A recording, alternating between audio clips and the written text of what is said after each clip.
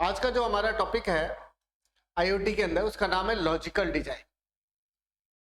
Logical design की अगर हम बात करते हैं तो जैसा मैंने आपको आर्किटेक्चर बताया था, सेम उसी तरह से ही रहता है कि हम ये देखते हैं कि हमारा जो भी आईओटी सिस्टम है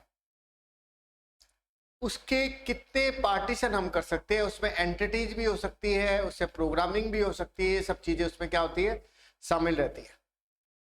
आईओटी के 3 पार्ट रहते हैं। एक तो फंडामेंटल ब्लॉक हो गया, एक कम्युनिकेशन मॉडल हो गया, एक कम्युनिकेशन एपीआई हो गया।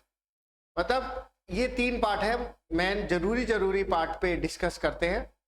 सबसे पहली जो पार्ट है उसको हम लोग बोलते हैं फंडामेंटल ब्लॉक। फंडामेंटल ब्लॉक की अगर हम लोग बात करें तो आईओटी फंडामेंटल ब्लॉक में कहता है कि आईओटी सिस्टम में विभिन्न प्रकार के पर्सनल ब्लॉक यूज होते हैं। अब आप समझे कि पर्सनल ब्लॉक होता क्या है। पर्सनल ब्लॉक होता है, जैसा मैंने कई बार तुम्हें बताया कि आईओटी में हमें सबसे पहले ये देखना पड़ता है, आइडेंटिफाई करना, देखना, कम्युनिकेशन करना, मैनेजमेंट करना, ये सारी चीजें हमारी किस में आती है, फंडामेंटल ब्लॉक में। किसके अंदर आती है, फंडामेंटल ब्लॉक में, ताकि हम उस चीज को समझ सके। ये हमारे फंडामेंटल ब्लॉक है। अब क्या क्या चीजें होती है जो ये काम करती है, जैसे डिवाइसेस हो गई, जो सेंसर मॉनिटरिंग की डिवाइसेस है, कंट्रोलिंग की डिवाइसेस है। यही चीज हम लोग बार बार डिस्कस कर भी रहे हैं, कई बार कर चुके हैं इस चीज को डिस्कस। अब जैसे कम्युनिकेशन है तो हम नेक्स्ट बात करते हैं कि भाई कैसे आईओटी जो है वो एक दूसरे से कम्युनिकेट है, कैसे वो सिस्टम को हैंडल कर रहा है। फिर जब वो कम्युनिकेट हो जाता है तो वो क्या देता है, हमारे सर्विस देता है। तो उसमें हम लोग डिवाइस से संबंधित क्या लेते हैं, सर्विस प्रोवाइड होती है, मॉनिटरिंग सर्विस देखने के लिए, है ना, डेटा को सर्च करने के लिए डेटा डिस्कवरी सर्विस हो गई। इसी तरह से एक काम और होता है इसी का, मैनेजमेंट करना। जो हमारे पास डेटा प्राप्त हुआ है उसको हमें क्या करना पड़ता है, मैनेज भी करना पड़ता है। हम लोग चाहे तो हम लोग उसके अंदर सिक्योरिटी भी दे सकते हैं। तो हमने क्या क्या पॉइंट देखे, तो हमने देखा कि आईओटी फंडामेंटल ब्लॉक में डिवाइसेस होती है जो सूचना लेती है, कम्युनिकेशन जो सिस्टम को हैंडल करते हैं, कम्युनिकेशन करवाती है, सर्विस जिसके द्वारा हमें सर्विस मिलती है, डेटा डिस्कवरी करना, मॉनिटरिंग करना, फिर हमें उसको मैनेज करना पड़ता है और लास्ट में हम लोग सिक्योरिटी प्रोवाइड करते हैं। अब इसी तरह से अगर हम लोग बात करते हैं एप्लीकेशन की, तो एप्लीकेशन की अगर बात करें तो एप्लीकेशन एक यूजर इंटरफेस प्रोवाइड कराता है जिसमें यूजर कंट्रोल हमारे पास रहता है।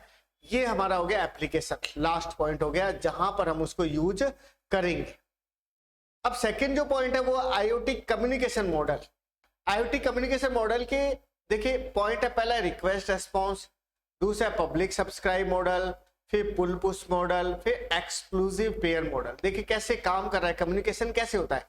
एक में तो सिंपल सी बात है, हमारे पास एक क्लाइंट होता है, वो रिक्वेस्ट भेजता है, किसको भेजता है, सर्वर को भेजता है, सर्वर डेटा को प्राप्त करता है, उसके अकॉर्डिंग रेस्पॉन्स देता है, और ये तरीका हमारा क्या कहलाता है, कम्युनिकेशन मॉडल कहलाता है। अब इसमें प्रोटोकॉल कौन सा यूज होता है, एचटीटीपी।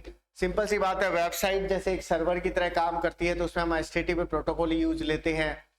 डायग्राम से ये बात समझ भी आ रही है कि रिक्वेस्ट कर रहा है, उसके अकॉर्डिंग हमें क्या मिल रहा है, रिस्पॉन्स मिल रहा है, और ये यूज किसको करता है, हमारे रिसोर्सेस को यूज करता है। अब अगर हम लोग आगे बात करें तो पब्लिक सब्सक्राइब मॉडल की अगर बात करें तो ये पब्लिक सब्सक्राइब मॉडल क्या करता है, डेटा को प्रोवाइड करता है, और इसमें डेटा को हम लोग एक बीच एक पॉइंट होता है जिसको हम बोलते हैं ब्रोकर।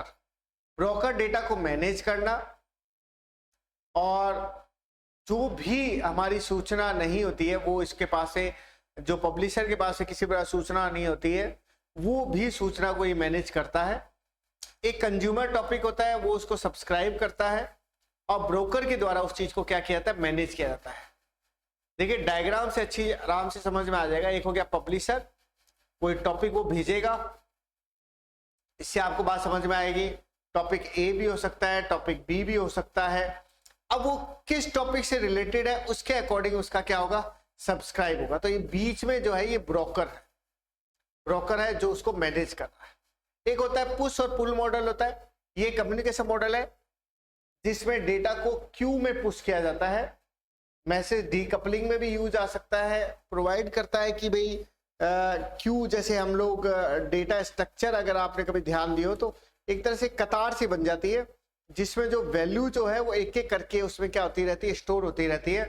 और दोनों क्यू में प्रोड्यूसर और कंज्यूमर, मतलब प्रोड्यूसर जो आपको आउटपुट देगा, कंज्यूमर जो इंफॉर्मेशन की बात कर रहा है वो हो गया।